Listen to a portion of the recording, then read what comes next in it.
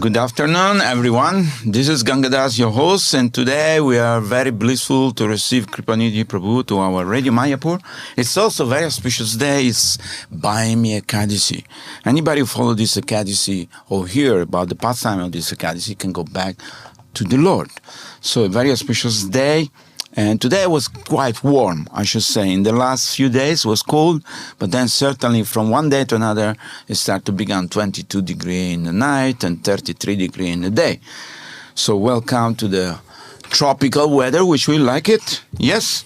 So Kripanidhi Prabhu was born in Guyana and near Venezuela on the 24th December 1950. He studied in Toronto and then eventually met the devotee Srila Prabhupada in 1972. Tell us a little bit. Welcome, Kripanidhi Prabhu. Thanks. Thank you. To the Radio Mayapur. Tell us a little bit in short about your family and what was your situation before you come to Krishna consciousness. Oh, well, I grew up in Guyana. My family had a business, import-export. Of course, in these kind of families where there's a bit of money, a lot of alcohol and all kinds of Kali Yuga going on. So it wasn't a very happy childhood.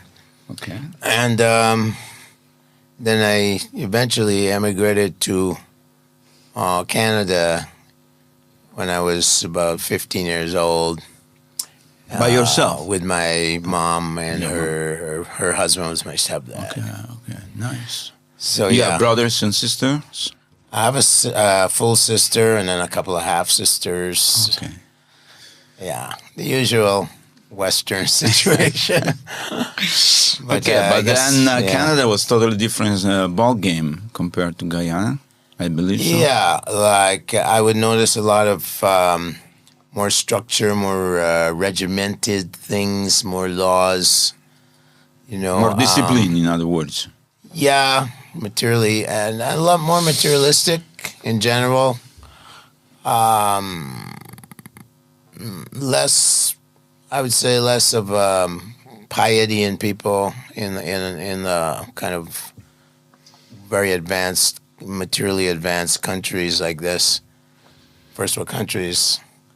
So I was kind of searching for something different. Yeah, something deeper in life. You were a seeker of the truth in some way. Well, at that time there was, in the 60s, when I was a teenager, there was a lot of, you're just watching the news and it's about the Vietnam War, it's about civil rights in America. Yeah. It was kind of a tiny place, so a lot of disappointment, tiny in population. So there's a lot of turmoil going on in the 60s. And I got involved with the youth, the kind of revolutionary movement, as you might say, with the Beatles and the Rolling Stones and all these guys, looking for something different, saying, I can't get any satisfaction. I got a nice home, I drive a Ferrari, but I got no satisfaction. I can't get no satisfaction. Yeah, it's true. I cry, and I cry. It's still crying, the guy, Yeah, so a lot of us kids were rebelling against the status quo. Of course. Which is, economic advancement, material advancement. But I believe you saw a little bit your future. Say, okay, I'm going to study, I'm going to get a job, I'm going to get married, I'm going to have the kids, I'm going to become old, I'm going to die. What's the use of all these things? Am I correct? Yeah, I was disillusioned and I didn't want to get involved in the status quo as it was. Tell us how you come in contact with Krishna conscious or devotees or whatever. Who was the first people you saw? Yeah, I met in different rock concerts. I used to go to rock concerts, hippie kind of culture. Sure. So devotees give me prasadam in different places in New York State. There's a festival there. Then in Canada, some big festivals with all these famous bands. Singers, Santana, Pink Floyd, all these guys. Stones. Jefferson Airplane. Airplane, the whole thing was going on. Yeah, of course. So devotees were there. Devotees had kind of been part of this whole movement, the far left as they call it. And I get prasadam, I'd buy a Bhakta Godhead. Wow. Didn't read it. But, you know, at least you touch it. I related with them, you know, and they'd preach to me and I didn't understand. You're not the body. What does that mean, you know? And I touched them. But then after a while, I guess the prasadam purified me. Powerful. Very powerful. Very and I started looking into, you know, far out books. Babaram Das had a book called Be Here Now, which I read. I go to different yogis. There's many yogis coming out of India at the time. Yes. Maharishi Yogi, Rajneesh, Guru Maharaji, all these guys. But when I went to see them, the Maharishi people, they were kind of preaching like, if you do this mantra, then you'll be materially successful. And that wasn't my interest because it blow your balloon. You know, who wants to be because successful? in these countries you can be a plumber or a carpenter and make lots of money. Sure. So that's wasn't my aspiration. I think I was looking for moksha.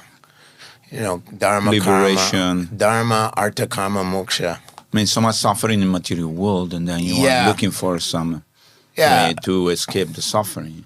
Yeah, like you could see that the American dream, so to speak, there was so much. It was riddled with misery and unhappiness and divorces and social. The social fabric wasn't good, so you know you're trying to find something different, and that was the message of people like Bob Dylan. Yes. The Beatles and these guys. So we were following them. They were our heroes or mentors. So then I became a vegetarian before I joined, and I eventually went to the temple in Vancouver, Canada. Oh, nice.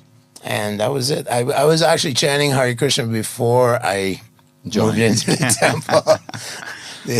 There was a list of mantras on this book by Babaram Das, Om Mani Padme Om, and so on. So Hare Krishna mantra I was naturally attracted to, and I would chant Hare Krishna, although I was still a hippie. Sure. And then somehow Krishna, guides us from within. So he's guiding me from within. And was there any devotee who preached to you, or attracted you, or you look after? Was your mentor or somebody? Before I moved? No, when you're moving into the temple. Once I moved in, I mean, there were all groups of devotees like myself. The temple president at the time was Mahatma Das. Oh, yeah. Yeah, he was the president up there. He from California, but he, went up the highway. And then, so every day we'd be on the streets chanting with Mahatma Prabhu. Nice. And, we'd feel this ecstasy and bliss. That was the first thing. You feel ecstasy and bliss, Stay high forever. Yeah. That's and we realized that this is a very bona fide thing. At least I did. I realized, wow, this is serious. And I immediately started distributing Bhakti Godheads to people. And, I was like, yeah, this is it. This is what we really need, or what I was looking for. I was really searching. People are always telling me, you're looking for something. All my friends, you're looking for something. Looking for Krishna. So then we drove down to Portland, Oregon in June of 72. The temple was very small. Those days we were just rentals. Yes. Old houses. And Danavir Prabhu at the time was president. And so we'd go out and do Harinam, we'd get arrested. And the judge would throw it out of court, what are you doing? So religious. But Prabhupada was very annoyed by the harassment. He was giving class on Srimad Bhagavatam, first canto. I think it was chapter 8 or 10 about Krishna going back to Dwarka from Hastinapur. Beautiful purports, all social commentary, political science about what a king is like. And during the reign of Maharaj Yudhisthira, everything was flowing nicely, a lot of harmony with Mother Nature. People were very happy, the cows were protected, all that area. So Prabhupada was speaking every day and blasting the politicians, the leaders, like, what are they doing? They think they're so advanced. Maharaj Yudhisthira would eat off of gold and then throw it in the streets. He'd speak like this. Yes. And he'd talk about how the politicians are unqualified, that the worst of human society, they float up to the top and control the governments, and so people are under suppressed and exploited. So Prabhupada gave a series like this, and was very, amazing, his speaking.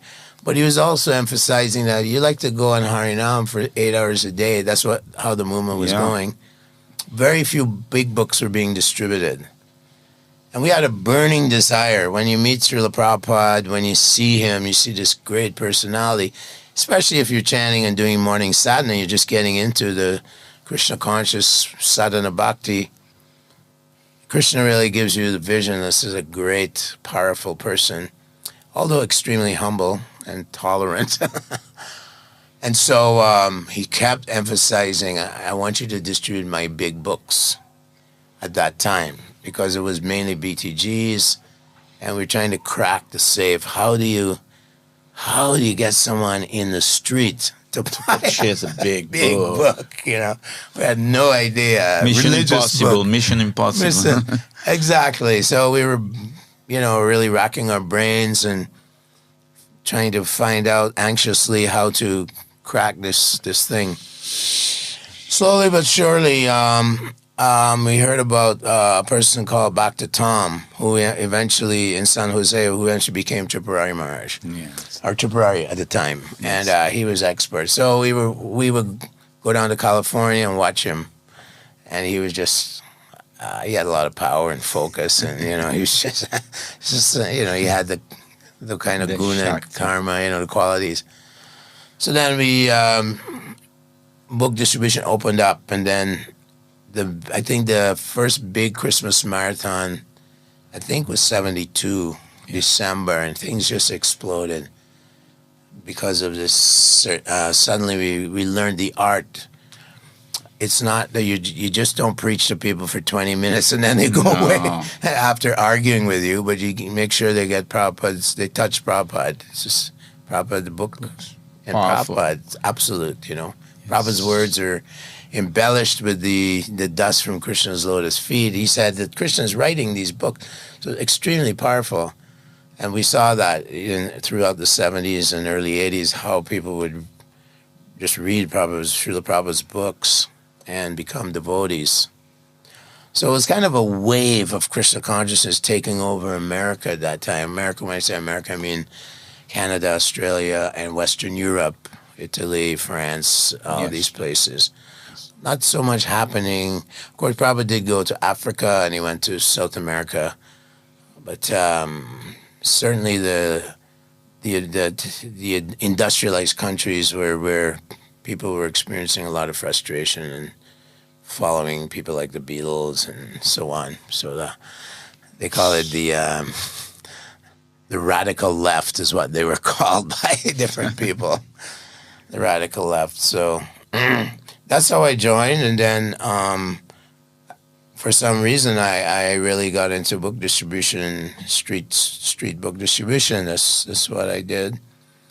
We would travel all over the place. Of course, get arrested a lot. But you are not afraid. No. Because you know that you are doing the right things. You're not doing any illegal, you're not doing any, bad things which people can blame or police or legal. No. We knew that there was a lot of hostility from Christian groups and Jewish groups, Jewish rabbis and so on. So, of course, Prabhupada says that the fact that there's some opposition means they're feeling the weight of our preaching. He said that in the States. There's a lot of backlash, you might say, because we were converting people every day into Krishna consciousness. You can say. And then, of course, there were many people who didn't even join, but they're devotees to this day. I know many of my very good friends who never took initiation. They were a little bit hesitant, but they're devotees, They're devotees. Yes. They weren't ready to take the dive. So the movement was just... And then books were starting to be written, scholars... Stilson Judah from UCLA, Berkeley, Harvey Cox from Harvard. These are big scholars who wrote review on Bhagavad Gita and books. And also they give advice to the president of the U.S. or city ambassador of Canada. He really liked the Hare Krishna movement when he was in India. This gentleman really liked the Hare Krishnas.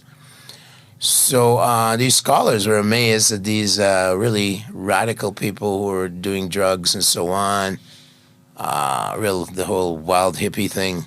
They were actually, this person was able to convert them diametrically opposite. No illicit sex, no gambling, no intoxication, no meat. Well, a lot of us were vegetarian. Already, yes. But the other stuff was part of our culture. Just free love and intoxication. And, it was very miserable, actually. Yeah. I guess you got a higher taste, probably. So you Much cannot higher. give up lower tests unless you have higher tests.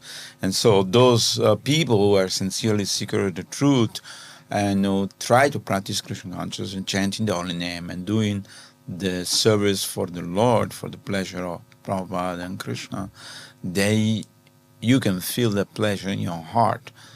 No, it's not something, this guy, they're brainwashing me and they're pushing me to do things and that, It's like you can actually feel happiness in your heart. And that happiness is the happiness you were looking for all your life. And now you found it. Without drugs, without meat, without any stupid things, without any dangerous things, or without following some pseudo. And also, Prabhupada once was sitting at Radha Damodar, and he looked at some of the devotees like Bhagavad. I remember Bhagavad Das was there, and he said, "Don't think this is the first time we've been together." Yes. You know that famous story. Yes. So, you can tell us the story in short, because I don't remember. The Damodar? Yeah. There is the first, this is the first batch. Guru Das, Shyamasundar, Malati, and so on. They're all sitting around Rupa Goswami's Samadhi.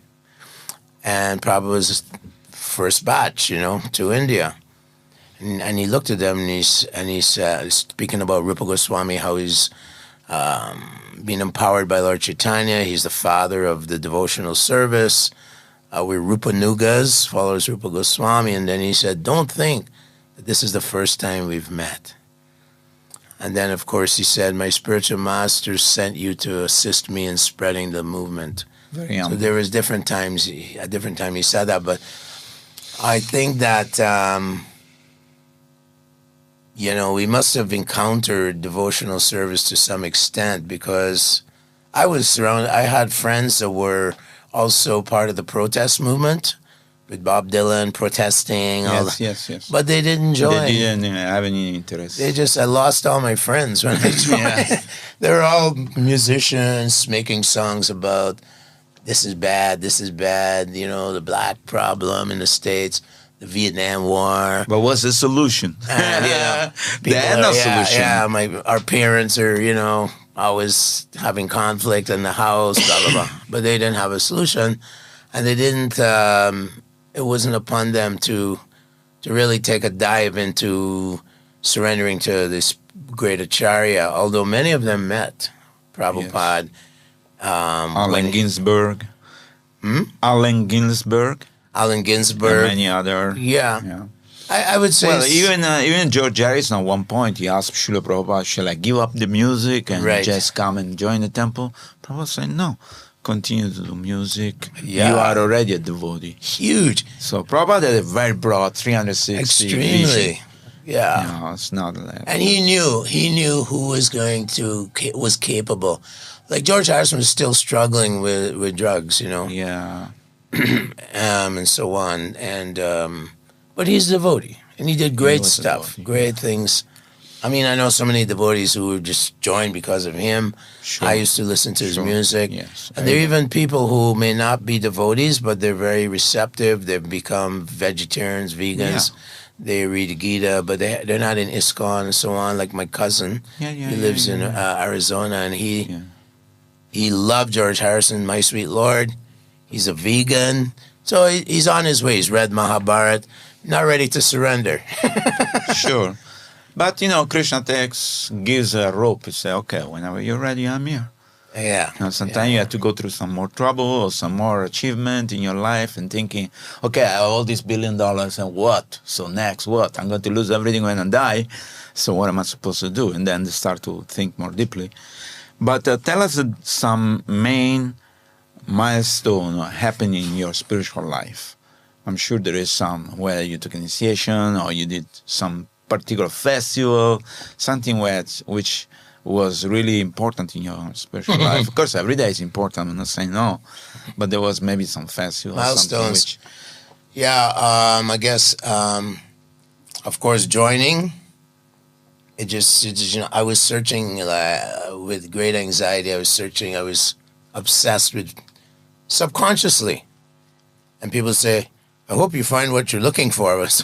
Anyway, so I joined, and right away I joined. Like, from one day to another. Yeah, I just moved in the temple, Prashadam, Sunday feast. They said, you want to sleep over? Sure, sleep over. 16 rounds the next day. Went back to my house, threw all the eggs out. I was a vegetarian with her eggs, things like that. Gave up my girlfriend. Yeah.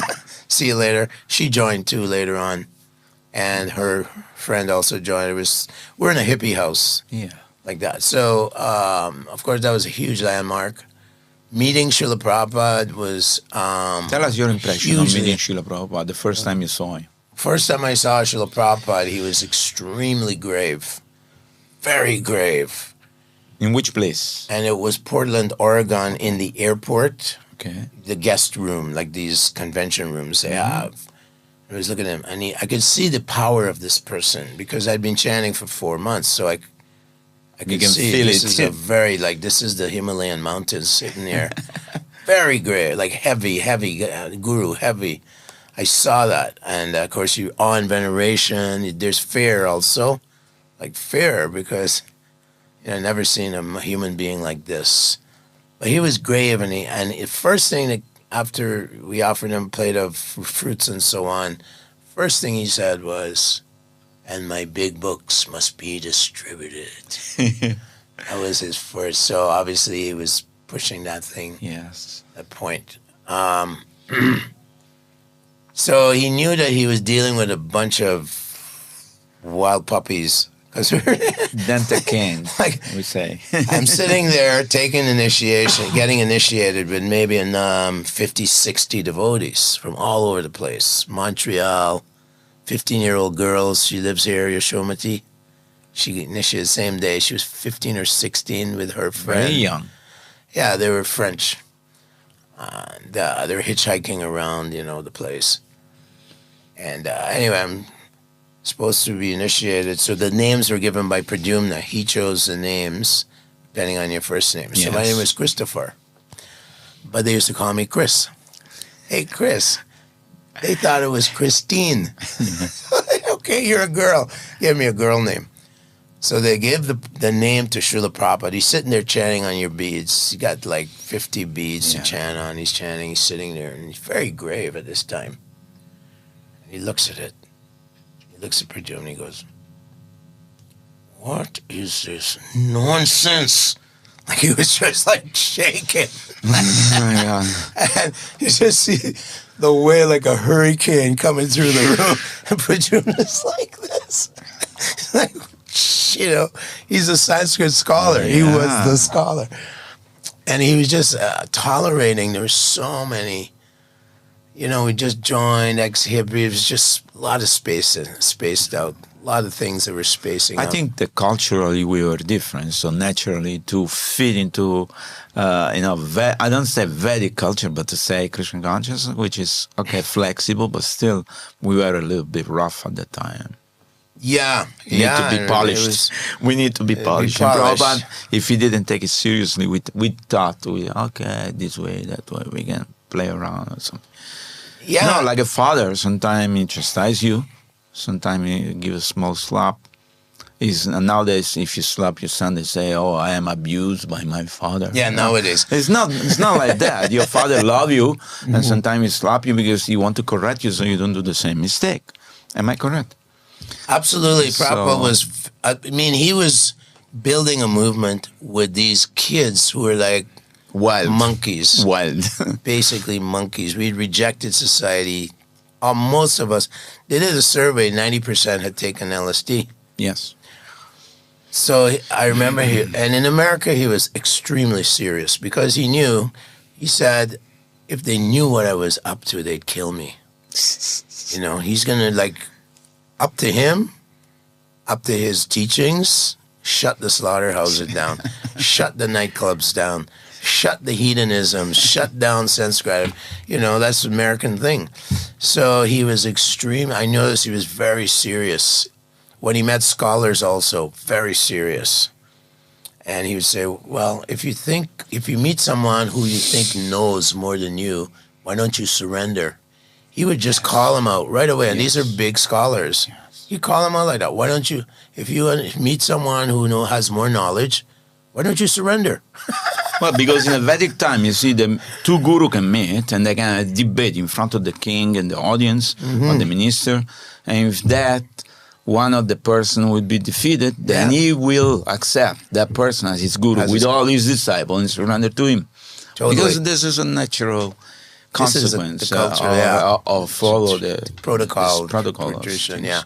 So Brother was strong. He was very serious. Also, he knew that this movement is like unstoppable. It's against everything that is, on their status quo, the status quo of the whole American thing. And plus, when I joined, my relatives were not happy. Most relatives were not happy. I wanted to ask you this question. What was the reaction of your mama? It was like you joined a cult. They brainwash you. What they say. You joined what is this? Very suspicious. Because you're living in a country where you can be successful. You can be successful. Yeah. That's all they care about. Money. Material success. So here's a guy rejecting everything, sitting on the floor eating vegetarian. You give up steaks. You gave up steak in Kentucky. So my mother, though, she was really into Jesus in a humble way. She was not a fanatic. And she would force us to go to church. She was pious. He was a pious woman, Portuguese, very pious. From Brazil, not Portugal. No, her father was from Portugal. Anyway, that Roman Catholic. So she was like, loved Jesus. And she knew I was taking drugs, ganja, all this stuff. So she was quite happy. The rest of them were like, brainwash. He's gone, he's done, like Hiranyakashipu, you're a waste of a son, I might as well kill you. So that was going on, and plus the media was giving so much propaganda against the small religions that were coming up, with the Swamis and so on. Yeah. So there was a whole spirit of anti-cultism, and they threw us in there, and there were people being kidnapped, devotees being kidnapped. I was there in L.A. when that happened. And being deprogrammed. Voting were pulled out. This girl was, when I was in Los Angeles, she got pulled out and all this, and then she escaped. And it was amazing, Los Angeles Times. Girl claims kidnapped by her parents, and amazing. It's a big thing. And then when the parents were convicted, they just got a little fine, slap on the wrist, and her name was Kulapriya or something. Anyway, yes. I remember that I was there when they. Yeah. So it was quite a bit of hostility, and Prabhupada said, they're feeling the weight of the mission of the Sankirtan movement. Of course, the demons, they become very upset when the saintly people are prevailing. So we were prevailing. People are joining like anything, Sometimes we have also experience. I remember doing Harinam in some different parts of the world, and some people, they become very peaceful and nice, but some people, they become furious just by seeing you chanting Hare Krishna, and they become angry, and they want to kill you or something. Yeah. We don't know. They don't know also, but the reaction of that sinful life or sinful mentality, or maybe they think these people will take away my freedom, I cannot do anymore what I want. There's something subtle or spiritual which can trigger this it does trigger good or bad reaction on people. Yeah, I think psychologically, Krishna talks about demons and devotees, and the demons, they become enraged. Yes. That someone is telling you there's a God, and you're giving your life to God, and you're glorifying God and spreading God mission. I'm angry. And some of them are in disguise as Christians or whatever, as religious people, Hindus even. Yeah. Were opposed in criticizing Srila Prabhupada's movement. Some of the Hindus, some of the people. Some they say, oh, I know Bhagavad Gita, I'm from India, I know everything. I'm God, you're God, we are all God. And Mayavadi philosophy, like anything. You know. Unfortunately, yeah. Still exists. Yeah. But tell us what makes you... Milestone. Okay, any other milestone? When I came to Delhi in 83, okay, they made me the president. Gopal Krishna eventually made me president. And I discovered I had a knack for going to universities and talking like science and convincing students on personalism. A lot of the students were like born Hindu, but they're like wishy-washy, demigods. You can find all type. We're all God, right? Yeah, we can find all type. So, that was a great milestone for me in New Delhi because I was running the temple. I could do what I wanted. I used to do deity worship, dress the deities, go out on preaching at all the universities. I covered all the main universities, and some people joined. Some devotee people became devotees.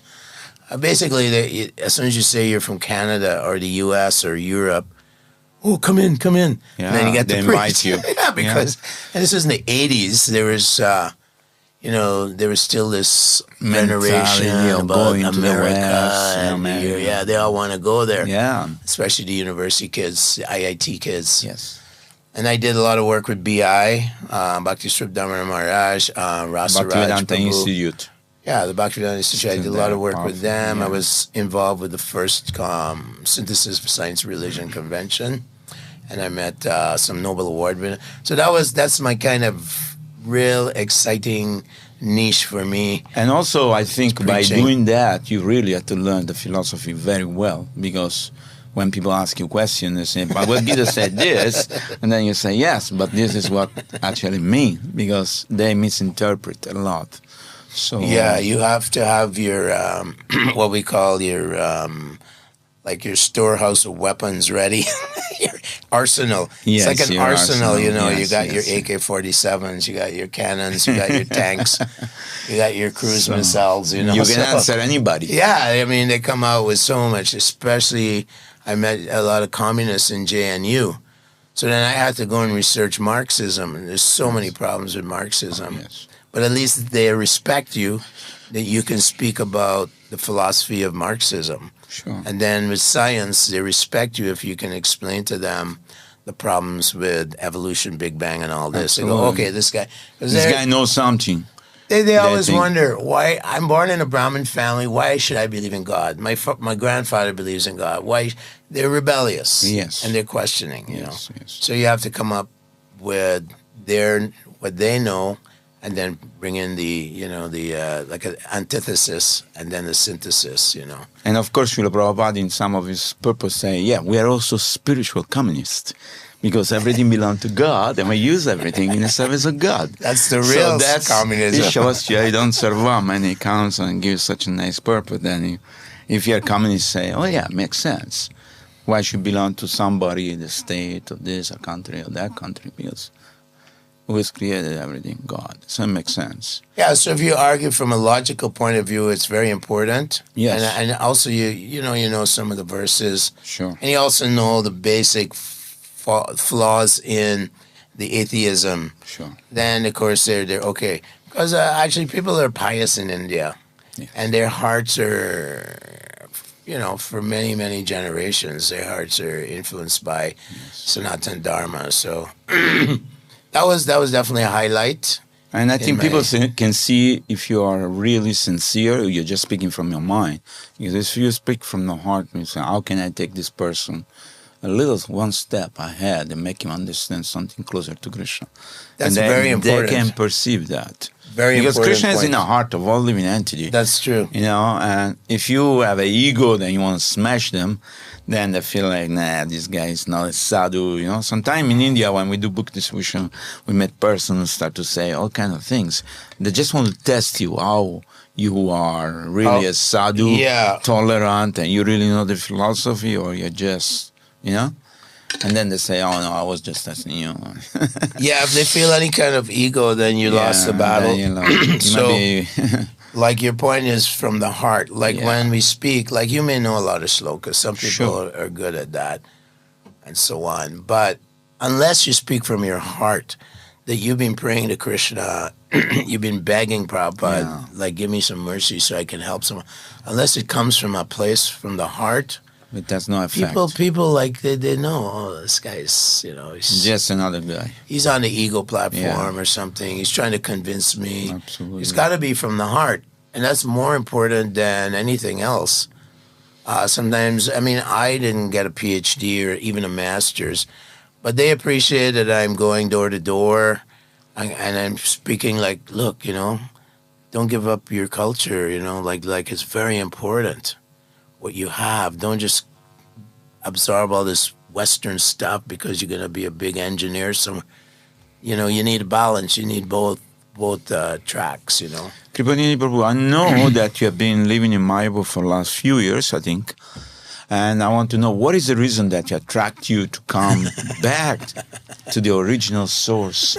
Mayapur is the place where Lord Chaitanya was born and performed his pastimes, and thousands and millions of people come now with the opening of the temple. What motivates you to come to Mayapur? I'm sure you were traveling around the world, you're doing preaching, you're temple president, you did so many nice services. What at one point in your life you thought, I must go to Mayapur? Well, actually, I was just going along in my life and doing preaching and so on, and working in the West because it's very expensive. But then my daughter got married here to a Jayapataka Maharaj disciple. And so we came. And then when I left in the 80s, there was nothing here in the 80s.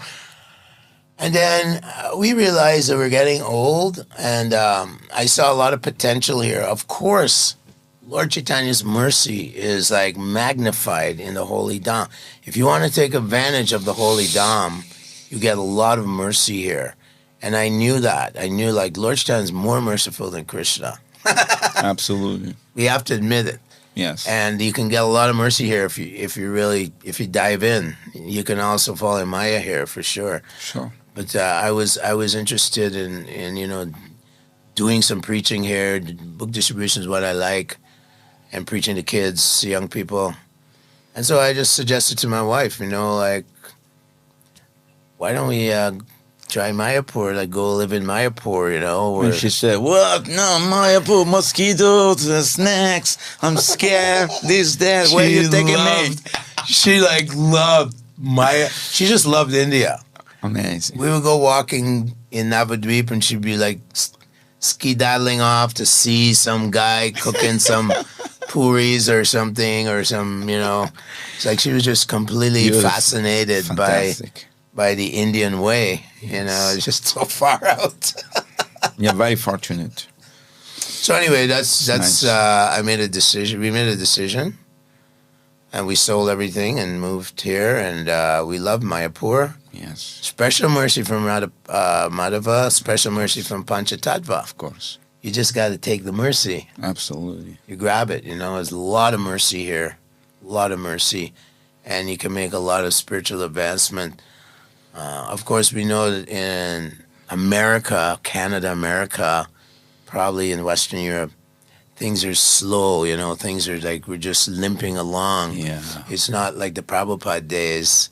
So it's a little difficult there, although I did keep preaching. I kept my preaching programs going, college preaching, street preaching, keeps you going, keeps you above the water. You can't give up, Yeah. So, but it was challenging because I had to work because the cost of living in it's very high. Italy. Italy is expensive. It's impossible. Crazy.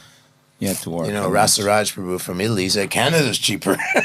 It's true. Than Italy, Yeah. So that was definitely a very prohibitive thing in the West is like you got to work, pay the bills, and then do some preaching, squeeze in some preaching.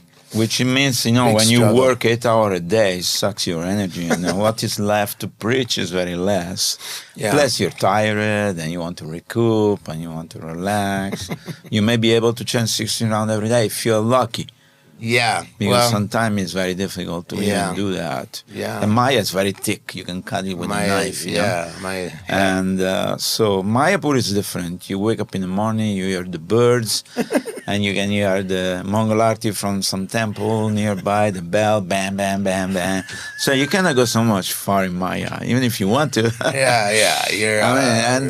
And the mercy of the Lord is palpable. You can feel it. You know, if you are connected in your heart to follow the mission which Srila Prabhupada gives us, you know, which is distribute the mercy of Lord Chaitanya through Nityananda. And I know you're doing book distribution every day, and I see your cart is very beautiful when it's open, and a lot of people are attracted to the Western white elephant.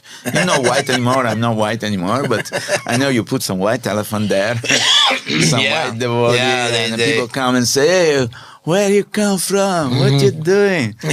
Right? That is always the beginning, and then people buy the books. And that is the mission of Lord Chaitanya, to distribute, you know, the mercy unlimited, without any condition, without any things. So how do you see your future now? How would you continue? How you see the growth of Mayapur? Prabhupada say 50,000 people will live here. Now we have maybe 10,000 devotees right now. We have between the Bengali and foreign, or Indian and foreign. So it's still a lot of people moving in. I see a lot of building going up everywhere. Yeah. And so how you see the future of Mayapur? How we can inspire more people to come and perform devotional service? I think that, we're in the embryonic stage of Krishna consciousness, 50, 60, 70 years old at the most. I think that we're babies. It's a baby movement, a toddler, you can say. Yeah. But as we become pure and we develop our love for Krishna, Lord Chaitanya is giving us this prema bhakti. I think this is the future. Yes. I think that some devotees are going to become lovers of God. Absolutely. Powerful devotees. We're going to attract a lot of people from around the world to become devotees.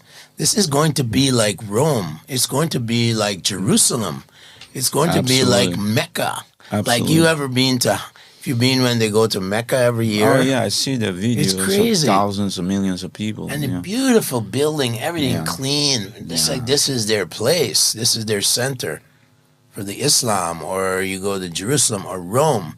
I know lots of people in Every US. 25 years, they open one special door. They say, if you go through the door, you go in paradise. I went twice. You went twice. Okay. My uncle took me. Guarantee. Guarantee. I don't know about that, but Krishna. But there's a lot of people visiting the Vatican. And of course, there's beautiful statue carved. There is a lot of painting by Raffaello, all these famous artists, Leonardo da Vinci, and all these people, Michelangelo, and all these things. People go there and say, "Wow." Yeah, something's going on. Yeah. So but the preaching of the Pope is still not up to the level which we. No, for us, it's like, what are you saying? I'm not disrespect the Pope Francis or all the priests. They have a good Number intention. one, you don't find any more Italian priests preaching in Italy. They're all foreigners. They're all from Poland. Yeah, Poland or Brazil, Argentina. South America, Argentina, somewhere. What happened to all the priests? I asked. He said, no, Italian want to become priests. I said, why? Because we say, do what we say, don't do what we do. Exactly. And so that means, if you're preaching, you should be also exemplary. The example. Achar and prachar means, you actually live the preaching you do. Right. But how can you do that if you smoke cigarette, you drink wine, you eat meat? Yeah. Now, what is the next thing? Is that, you want to do some illicit activity. Right. It's very difficult to control our senses and our mind. For devotee, us, who are following this principle for many, many years, even still, it's difficult for some people. But because to control the mind is very difficult. Mind is a great enemy, more than we think. For these people, they have double life, and people can see that. Of course, they see it. They lost interest. When the priest used to come and preach in our school, used to smoke cigarettes, said, "You children don't smoke. It's not good for you." And I said, "What? What are you saying? That when I grow up, I can smoke because I'm an adult." Okay. If you say it's no good, you're smoking. Yeah, exactly. It doesn't make sense, Yes. And whenever you ask anything, if you say, Jesus say, I'm the Son of God, so who is the Father? They didn't have answers for me. They have no answer. They say, "Oh, you should have faith." I say, "I have faith." Faith, okay, I got faith. I got faith, but try to explain to me. Who is it? I mean, what is it? No. This is the problem that like these religions. Even Prabhupada has transcended Hinduism. I mean, Hinduism's so hodgepodge. Yeah. Also, so this is a transcendental movement. It's meant to create a revolution in the world's misdirected civilization. It's a famous verse, This is the famous pill? Famous pill. So we have to have faith. Thanks. We know Srila Prabhupada is such a Bhagavad like Narottam Das Thakur and all these great, great personalities. He is the one. And it's predicted, so it's going to happen. You just hold on to the boat. Stay in the boat. Hold on to Prabhupada's dhoti. Just don't go anywhere. Read Prabhupada books, it's chant gonna Vision, happen. follow the principle. Prabhupada say, chant 16 rounds, follow the 4 rag. I'll take you back to God. That's his promise. Yeah. So if we do that, and if we are engaged in preaching the mission of Lord Chaitanya, then we'll be successful. Even though we're not maybe 100% perfect or whatever it is, maybe we have not developed love of God. I don't see any hair stand on me when I hear the kirtan unless it's very cold or things like that. But it's there. But you can feel it's on the horizon. Protection. You can feel the protection of the Lord. Of course, you can experience. We're still tasting some prema when we chant Hare Krishna. Absolutely. And we start dancing in ecstasy. That's a little drop of prema from Lord Chaitanya. We're not artificially dancing. No. You feel the ecstasy, the bliss. You feel the rain of mercy coming on you, just like rain. Yes. It's real if you follow properly. Yes. It's like you have a combination to a safe. There's 10 numbers. If you miss one number, it's like if you eat meat, you're not going to get the mercy. So these religions, the world religions, they're sputtering out. But this Sankirtan movement is going to keep growing and growing, mushrooming. It's going to mushroom. It's God himself predicted. So why don't we have some faith that it's going to happen, and don't look at all the little anomalies and all the issues. There will be imperfection everywhere. Some people can see the moon in the night and say, but there is some black spot. So what's the point? I mean, you can be like honeybee or you can be like a fly. Like a fly. And then it's your choice. But I'm sure that the whole world is getting inspiration from Srila Prabhupada books. And we get association by reading Srila Prabhupada books, even though we have never met some of us who are after you. We may have not met Srila Prabhupada personally, but we can feel the heaviness and the message is giving us is pure. It's not compromise. It's not try wishy-washy. It's not trying to get some followers. It's not try to nothing. He never compromise on anything, and that is something very powerful. His books are extremely powerful. I mean, and when I was hearing him, every time at the end of his class, he'd say, "If they touch my books, they don't have to read them. If they touch my books, they'll change. Their lives will change." But these are powerful books, very powerful. It's Krishna. Prabhupada used to say, you're traveling in a van, no deities. Devotees were criticizing, what are they eating, boga? Prabhupada said, no, offer the boga to my book. Book is Lord Krishna, like that. So these are they're not ordinary, mundane religious books. They're powerful things. Change people's lives. You're right. Yes. Every single word is spoken by Krishna through Prabhupada. He's the via medium, transparent via medium. He's a pen, and he said Krishna wrote these books. Yes. I mean, maybe he's being humble, but it's an empowered. Absolutely. This literature is empowered. Kripanidhi Prabhu, tell me how important it is for us, Krishna conscious, to have a friend in Krishna consciousness who can help us, who can inspire us, who can see we're making something wrong, or we're going off, or whatever. Everybody has some friend. Do you have any friend in Krishna conscious? In my prayer, I have one god brother that's just, we're friendly and stuff. Is it important? It's very important. You have to be inspired and encourage each other. It's important. It's also important, I was thinking there should be a men's club here, like a men's meeting club where you can express your struggles, Yes. and it can be confidential because devotees have struggles. I've seen a lot of my godbrothers leave the movement for various reasons. Maybe they fell down and they feel guilty and they don't, they can't come back. Prabhupada was like, this sannyasi fell down in Australia. Everyone broadcasted it, all the leaders. Prabhupada said, how can he come back now? No. So we need these devotees who we can confide in. That's Dadati Pratigrinati Goyamakiti Prichati.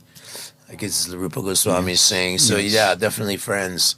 I have a friend who used to live in the States. He's an engineer.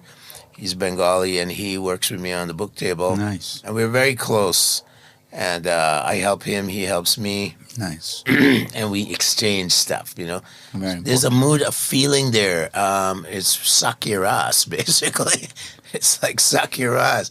You need to have a friend who you can relate with and feel like this person can understand me without judgment. He can without give me judge, advice. and he's your well-wisher. Right. There's got to be some well-wishers. Right. We also have to see that our leaders are our well-wishers. Of course. And that don't criticize the leaders, They've been put there by Krishna. Yes. That's their karma. And we have to always hold them with great respect and affection. Someone's going to be a leader. And if it's not me, well, so be it, Why not? And there's been a lot of this envy. I guess we have to become free from the envy. Yeah. About the leader, I want to ask you, because sometimes devotees they tell me, oh, but my Guru Maharaj is not here, he's traveling, I see him only once in a year. So some of them feel discouraged. So how can we inspire them? Yeah, I think this is a issue that needs to be addressed. I think that if someone's qualified, they're following the principles, they can be vetted properly, more to have a guru who has like a couple thousand disciples he can care for. When it gets into the thousands, then maybe the Diksha Guru should say, okay, this person can be your Shiksha Guru, give you some guidance and advice. Yes. And take his direction. Yes. One of the problems was, like, I've made devotees in the past, they take initiation and then it's they disappear see you later. Somewhere. Yeah. And then I feel like, oh, okay, I brought them to the movement, Vardhmana Pradarshaka Guru. Yeah. They got initiated, and then they're totally 100% under the dictatorship or whatever. So that's an issue that should definitely be discussed by the GBCs. Right. And if a guru has thousands and thousands of disciples, it would be incumbent upon him to say, okay, there's this devotee that you're working under. He's my godbrother. You take some direction from him. Sure. If he tells you, like, he needs you to go with him on the university campus, don't say, no, I want him to do this. That creates a kind of hard feelings and hurt feelings. And then, Also, sometimes people can play this. It's like, the children play with the mother and father. Mama say this. Oh, you should say that. And go to the mother and say, Daddy said this. I can go? Okay, you go. Well, Yes. So then it's a bit... I feel it's very important that everybody has a friend or some supervisor, some guide, somebody who can look up to him and say, okay, if you go this way, maybe it's better for you. I'm here to help you, and, without any... Okay, so nice talking to you, Kripanidhi Prabhu. I'm sure we can talk here for many, many hours, but our time is limited.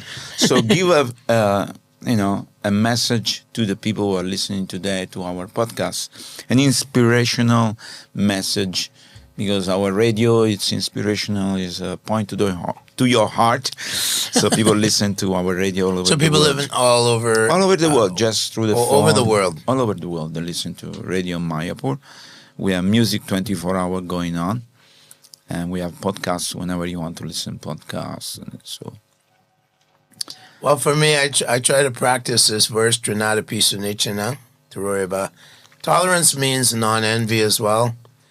There's going to be attacks from Maya in so many ways. She has so many weapons. So we have to keep our head down. We have to put our faith that Srila Prabhupada, whatever's happening, we have this overriding spiritual acharya. So many things may happen in our movement. It's a new movement. But hang on to Srila Prabhupada. The other thing is, because you've been in a movement 20, 30 years, don't take your foot off the gas pedal. Oh yeah, bring me prasadam. I'm 30 years. I got a position now. No, that's not what we want. That's not good. Those things are obstacles from getting Krishna's glance. If you want Krishna's glance, you can't want, a special devotee, I have a position. Don't worry about that. So, and also, like, if you're sometimes you're a little despondent, discouraged, keep trying, keep going, keep pushing, because Krishna opens up the window when he opens up the window, and you get some light, But Krishna don't demand from Krishna. When it's ready, Krishna will open up and say, here's a little mercy. We have to expect the mercy of the Lord, and don't ever just put it on cruise control. Always try to serve the mission of Srila Prabhupada and Lord Chaitanya through your gurus, different gurus that we have, our mentors, Yes. Keep going, keep pushing. And a lot of us, of course, we slip. You're climbing up a mountain, you're going to slip. Sure. Just pick yourself up, keep going. You're not perfect. You're coming out of the material world. I'm not perfect. I'm going to slip. Got problems. Work on it. That's all. Confide in people and keep going, keep pushing, and Krishna will help you if you're sincere. Sincerity from your heart. Yeah, I'm going to be a devotee. Don't be distracted. The mind's going to tell you this and that. Look at these guys. Look at this person. Forget about it. Oh, you can't. Even your mind's going to tell you, you can't be a devotee. Who are you? Look at you. You're so far, The mind's always attacking. Yeah. Good sadhana is important. Good rounds are important. And trying to give to others is very empowering. If you try to give the holy name, prasadam, whatever books, these different things that Prabhupada gave us to do, very important. Building, this beautiful temple here. These are things, this is preaching. It's all preaching tools. We got lots of, Prabhupada's giving us an arsenal of weapons. Why don't we use them? Pick up the M16. And go. Pick up the long range. Be a sniper. Thank you so much, Kripanidhi Yes, Prabhu. Prabhu. I'm Thank very you. inspired by you because you came here, and you didn't go to the authority and say, give me some service, something to do, but you invented the service yourself. You built yourself a cart, and you put the book, and you had a vision, you had a dream, and you got the books, and you're there, and then you're doing the service. You don't have to wait for somebody to give you the service. You invented it yourself. This is very inspiring. Thank you so much for coming Prabhuji. today Thank to you. our radio studio, and I'm sure we'll meet again. And Srila Prabhupada ki jai. All glories to Srila Prabhupada. All glories to Sri Mayapur. Jai. Hare Krishna. Thank you so much. Hare Krishna.